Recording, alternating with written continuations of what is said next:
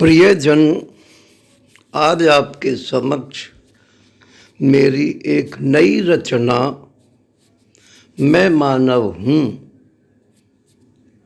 शीर्षक से एक खंड काव्य के रूप में प्रस्तुत है।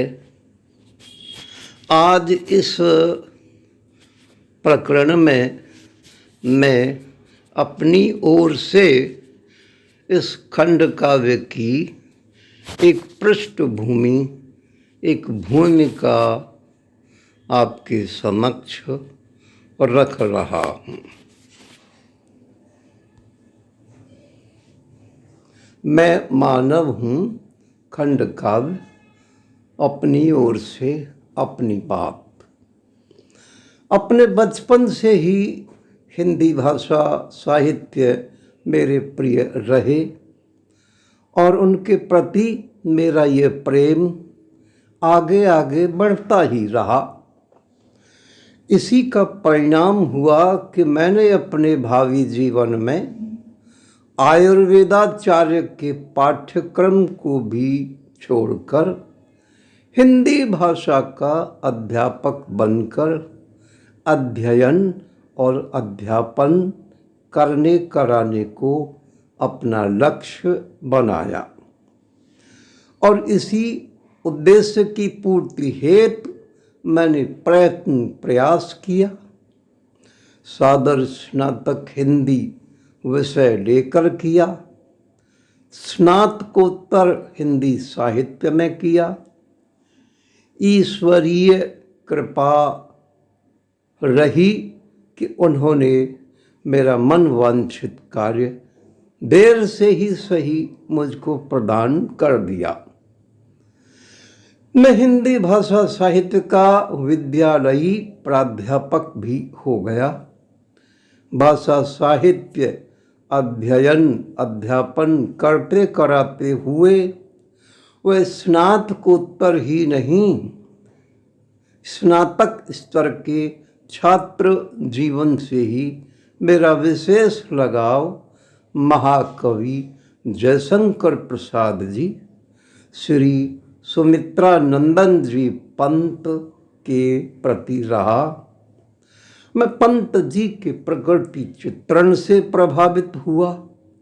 दर्शन और भावना में प्रसाद जी से प्रभावित रहा, जो भविष्य में मेरी मौलिक रचनाओं में भी स्पष्ट द्रष्टव्य है। छात्र जीवन में प्रसाद जी का महाकाव्य कामायनी पढ़ा, जिसमें उन्होंने खंड प्रलय की घटना को अपने मौलिक चिंतन के आधार पर प्रस्तुत किया था।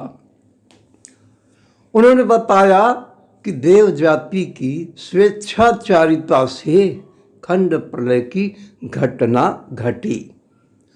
सुप्रीम पावर एक ओर देव जाति की उस स्वेच्छाचारिता से क्षुब्ध हुई, तो दूसरी ओर वह दीन जनों के प्रति देव जाति के अत्याचारों से विगलित हुई। देव जाति को उसी का दंड देने के लिए उस परम सत्ता ने खंड प्रलय की घटना के द्वारा उनका विकास, वैभव सभी कुछ नष्ट कर दिया। यही नई जाति मानव का जन्म हुआ।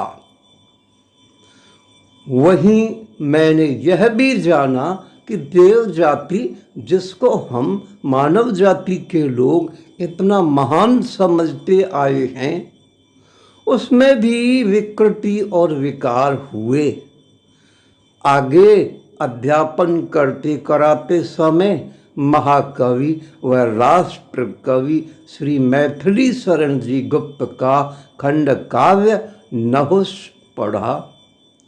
नहुष की कथा वस्तु में उन्होंने मानव जाति के प्रतिनिधि नृप नहुष का अपनी विशिष्ट सात्विक और राजसिक क्षमताओं के बल पर देव जाति नृप देवेंद्र के किसी कारणवश इंद्र पद से च्युत हो जाने पर इंद्र पद को स्वीकार करने के लिए देव जाति के प्रतिनिधियों द्वारा दिए गए आमंत्रण को स्वीकार करना, देव जाति की समस्त व्यवस्थाएं संचालित करना व अंत में काम भावना के वशीभूत हो पतन होना दिखलाया और प्रेरणा दी नहुस के चरित्र के माध्यम से कि मानव अपने पुरुषार्थ के बल पर अपना पतन होने पर भी अपने पुनरुत्थान को प्राप्त हो सकता है। मेरे मन में उक्त इन्हीं दोनों घटनाओं के माध्यम से प्रश्न उत्पन्न हुआ कि फिर अकेले मानव को ही इतना क्यों देव जाति के समक्ष हीन और तुच्छ समझा जाता है या जाता रहा है। यह आक्रोश ही मेरे इस प्रस्तुत खंड काव्य मैं मानव हूँ के सृजन का मूल आधार रहा है। घटनाक्रम व कथा वस्तु से शून्य इस खंड काव्य में मेरा उक्त विचार ही प्रधान रहा है। मैंने देव जाति के समक्ष मानव को, उसकी क्षमता को, उसके बल को अपनी रचना के माध्यम से दृढ़तापूर्वक प्रतिष्ठापित करने का प्रयत्न किया है।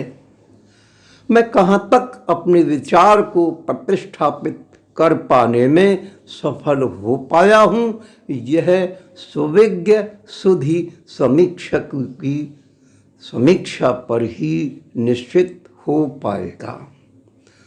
उक्त खंड काव्य में मैंने अपनी बात चरणों के माध्यम से कही है और अपनी बात कहने के लिए मैंने 7 चरण निर्धारित किए हैं जिनमें मैं अपनी बात कह सका हूँ। आज के लिए बस इतना ही।